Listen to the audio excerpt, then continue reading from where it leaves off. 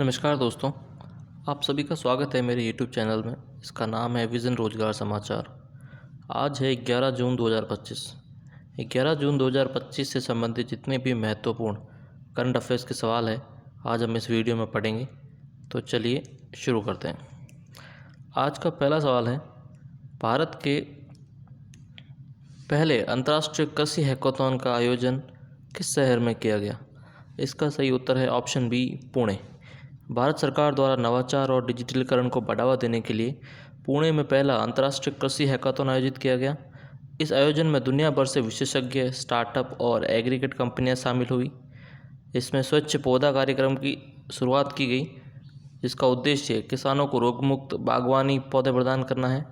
ये कार्यक्रम कृषि उत्पादक और निर्यात को बढ़ाने में सहायक साबित होगा। चलिए अगला क्वेश्चन देखते हैं।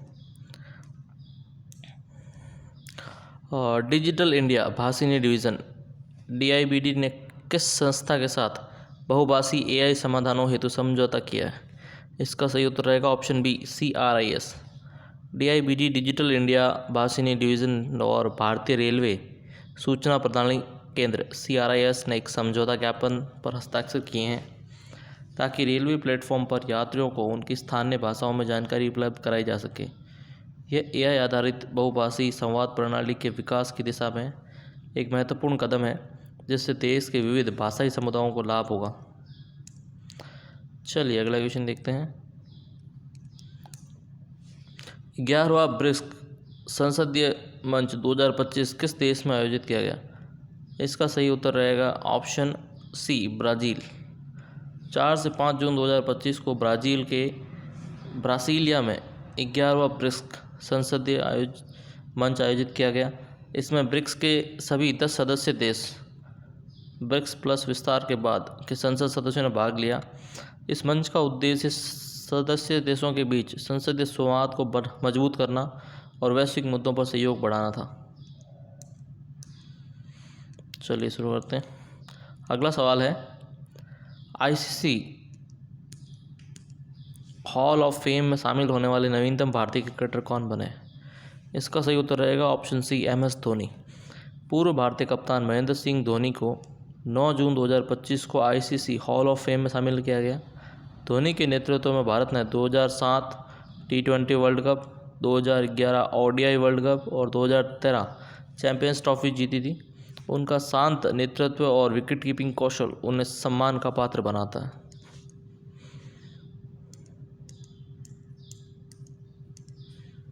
चलिए अगला सवाल देखते हैं। वित्त वर्ष 2024-25 के लिए SBI ने सरकार को कितना लाभांश प्रदान किया है? इसका सही उत्तर रहेगा ऑप्शन सी, 8,076.84 करोड़।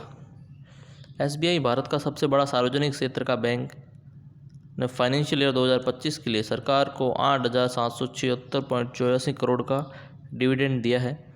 ये लाभांश सरकारी गैर कर राजस्व को बढ़ावा देता है और वित्तीय समावेश और बैंकिंग सुरक्षा को सफलता को भी दर्शाता है। चलिए अगला क्वेश्चन देखते हैं। देश का पहला कचरा इको पार्क किस स्थान पर स्थापित किया जाएगा? इसका सही उत्तर है सी, होलंबी कला, दिल्ली। कचरे की समस्या से निपटने हेतु दिल्ली सरकार होलंबी कला में 11.4 एकड़ भूमि पर भारत का पहला कचरा इको पार्क बना रही है। ये पार्क कचरे के सुरक्षित निपटान, रिसाइकलिंग और जन जागरूकता के लिए एक मॉडल के रूप में कार्य करेगा। अगला सवाल है, भारतीय सेना के उप सेना प्रमुख रणनीति के रूप में किसे नियुक्त किया गया? इसका सही उत्तर है ऑप्शन बी, राजीव घई।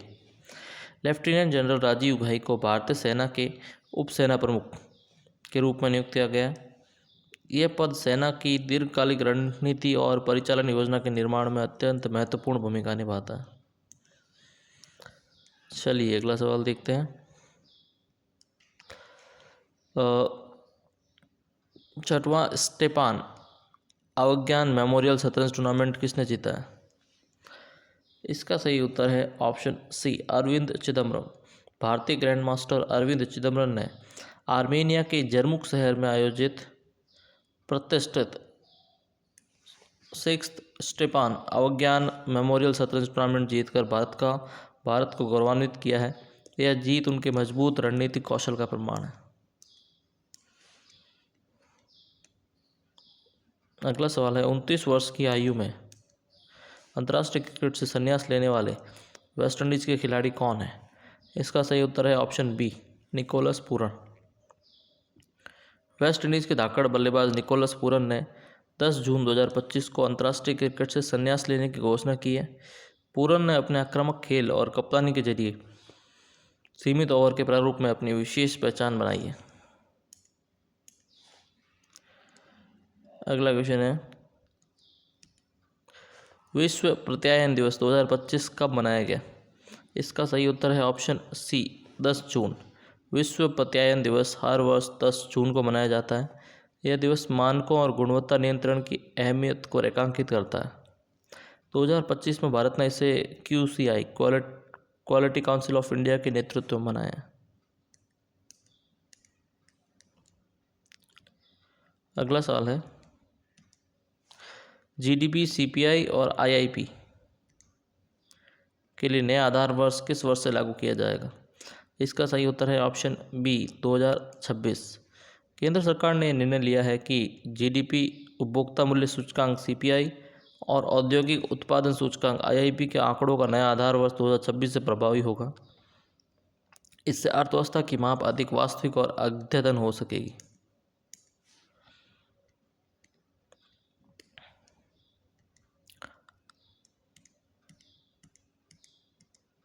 अगला सवाल है, थॉमस कुक इंडिया लिमिटेड ने भुगतान नेटवर्क विस्तार हेतु किस कंपनी से साझेदारी की है? इसका सही उत्तर है option C, Muthoot forex. Thomas Cook India limited ने मनी ट्रांसफ़र और फॉरेक्स सेवाओं के क्षेत्र में अपनी पहुंच बढ़ाने के लिए मुथूट फॉरेक्स के साथ साझेदारी की है। यह कदम ग्रामीण और सेमी शहरी क्षेत्रों में भुगतान सेवाओं को विस्तार देगा। अगला क्वेश्चन है, 12वां ब्रिक्स संसदीय मंच 2026 की मेजबानी किस देश को सौंपी गई है? इसका सही उत्तर है ऑप्शन सी, भारत। ब्रासीलिया में आयोजित 11वें ब्रिक्स संसदीय मंच के दौरान घोषणा की गई कि 12वां मंच 2026 में भारत की मेजबानी में आयोजित होगा। इससे भारत को ब्रिक्स देशों के साथ संसदीय कूटनीति मजबूत करने का अवसर मिलेगा।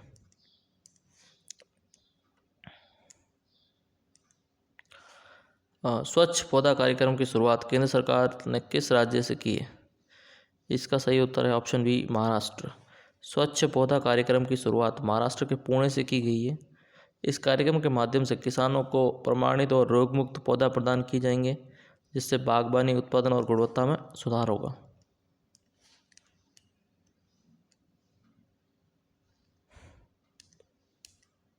आज का लास्ट सवाल है, हाल ही में केंद्र सरकार के 11 वर्षों की उपलब्धियों पर अल्पसंख्यक कार्य मंत्रालय ने क्या कार्यक्रम आयोजित किया? इसका सही उत्तर है ऑप्शन सी, सेवा, सुशासन और कल्याण। अल्पसंख्यक कार्य मंत्रालय ने मोदी सरकार की 11 वर्षों की उपलब्धियों को सेवा, सुशासन और कल्याण के रूप में चिन्हित करते हुए देश भर में जागरूकता और लाभार्थी कार्यक्रमों का आयोजन किया। यह सरकार के समाज के सभी वर्गों तक पहुंच दर्शाता है। चलिए अब क्वेश्चन देखते हैं जो मैंने आपको पिछले वीडियो में पूछा था। इसका जवाब आपको कमेंट बॉक्स में देना था। वो क्वेश्चन था, हाल ही में G20 ग्लोबल इन्वेस्टमेंट समिट 2025 का आयोजन किस देश में हुआ? तो इसका सही उत्तर था सी, ब्राज़ील। 2025 की G20 इन्वेस्टमेंट समिट ब्राज़ील की राजधानी ब्रासीलिया में आयोजित की गई। भारत ने इसमें डिजिटल पब्लिक इंफ्रास्ट्रक्चर, MSME की पहुंच और वैश्विक दक्षिण सहयोग जैसे प्रमुख विषयों पर नेतृत्व प्रदान किया। यह समिट विकासशील देशों के बीच निवेश के लिए एक साझा मंच बनती जा रही है। तो आज का जो सवाल मैं आपको पूछने वाला हूं, जिसका जवाब आपको कमेंट बॉक्स में देना है, वो सवाल है, हाल ही में भारत की किस संस्था को global innovation and inclusion award 2025 से सम्मानित किया गया? नीति आयोग, इसरो, CDAC या फिर इन्फ्लोसिस फाउंडेशन? आपको सही जवाब कमेंट बॉक्स में देना है। तो ये थी आज की करंट अफेयर क्लास। उम्मीद करता हूँ आप सभी को पसंद आई होगी। And for more daily current affair and job updates आप हमसे यूट्यूब, इंस्टाग्राम, फेसबुक और टेलीग्राम से जुड़ सकते हैं। मैं अपने सारे पीडीएफ्स अपने टेलीग्राम चैनल पर डाल देता हूँ। आप यूट्यूब चैनल के डिस्क्रिप्शन में टेलीग्राम का लिंक है, वहाँ जाके टेलीग्राम चैनल ज्वाइन कर सकते हैं और वहाँ से सारे पीडीएफ्स डाउनलोड कर सकते हैं। आज के लिए इतना ही, धन्यवाद।